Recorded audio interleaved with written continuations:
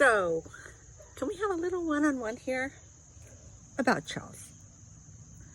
So, I'm not a shawl person. So you're like, okay, what's that on your body? Well, this is a shawl knit by someone else. I can't seem to follow patterns, and I don't really wear them. But then there are a few exceptions. This is one of them. This is the Soulless shawl, and it was designed by Iris Schreier for me for a particular range of fibers, and I asked her to knit me a sample because I can't follow a pattern, and she did. This beautiful shawl, how I wish I could knit this. It's a blend of 3 different fibers, Rhapsody Glitter Light, Rhapsody Glitter Light, Beaded Mohair with Sequins, and Silk Mohair Glitter.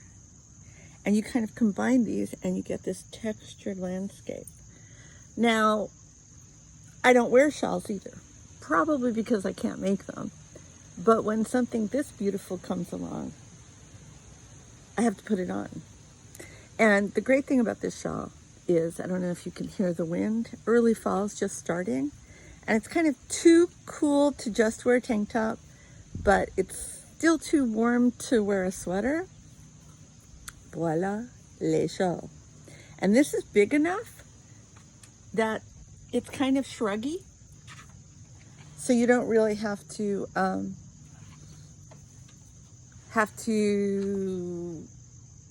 attach it in any way because it's got enough coverage. I don't know if you can see the back. It's got enough coverage to just hang and move with you. I can't say enough good things about this shawl, even though I'm not a shawl person. This is, again, this is the Soulless shawl. We have kits for it. If you can do a moderate lace pattern, you can do this shawl, but not me. I can't remember where I am when I start to the middle to the finish.